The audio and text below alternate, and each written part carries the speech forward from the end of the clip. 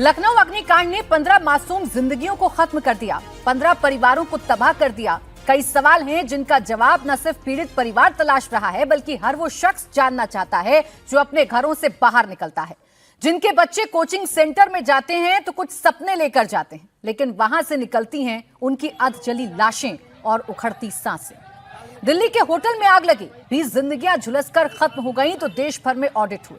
UP में भी drive चलाई गई, लगा कि सिस्टम जाग रहा है, लेकिन लखनऊ में 15 मासूमों की जिंदगियां धूं-धूं कर जल गईं तो पता चला कि सिस्टम तो कभी जागा ही नहीं था, जागने का दिखावा भर किया गया था।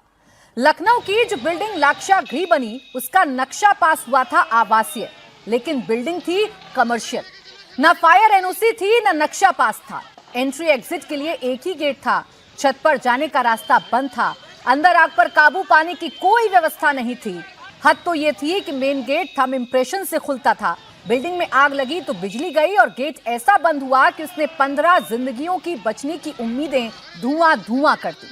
सवाल है कि जब अग्निकांड हुआ तब इन लापरवाहियों का खुलासा हुआ, तो क्या ऐसी लापरवाहियों और चूक उजागर तभी होंगी जब दर्जनों जिंदगियां तबाह हो जाएंगी। जिस बिल्डिंग में आग लगी उसे 2016 में ध्वस्त करने का आदेश आ चुका था, लेकिन 2 महीने में ऐसा क्या बदल गया जिससे बिल्डिंग गिराने का आदेश वापस हो गया। उसके बाद भी 10 साल हो गए, किसी ने लापरवाही की ओर ध्यान नहीं दिया।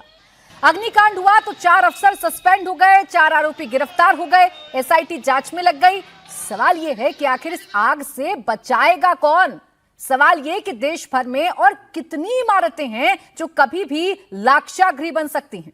सवाल है कि चंद सियासी बयान और फौरी एक्शन से झुलस चुकी 15 जिंदगियों को इंसाफ कब मिलेगा। आज इसी पर करेंगे मुकाबला, लेकिन पहले आपको सुनवाते हैं इस अग्निकांड पर अखिलेश यादव ने क्या कहा।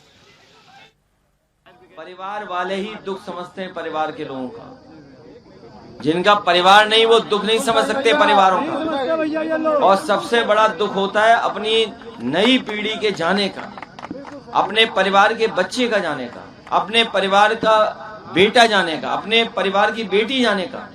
और हमने आपने देखे कितने दिखावटी आंसू बहा रहे हैं कुछ लोग, कैमरा देख करके दिखावटी आंसू बहा रहे हैं, और जैसे ही कैमरा हटता है उनके आंसू रुक जाते हैं। कैमरे के सामने आंसू और कैमरा हटते ही आंसू बंद हो जाते हैं। सरकार की जिम्मेदारी है मदद करने की।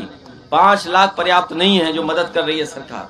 जब सरकार ने स्वीकार कर लिया है कि उनकी गलती की वजह से इतनी बड़ी घटना हुई है, तो उन्हें बड़े पैमाने पर मदद करनी चाहिए परिवार के लोगों की। भ्रष्टाचार सब मानकों से ऊपर है, और जब भ्रष्टाचार से सरकार बनेगी तो भ्रष्टाचार करेंगे। इस सरकार में चरम सीमा पर भ्रष्टाचार है। नक्शे जो पास हो रहे हैं, जो एनओसी मिल रही है, अगर जांच करेंगे तो आप बड़े पैमाने पर भारतीय जनता पार्टी के लोगों को दोषी पाएंगे।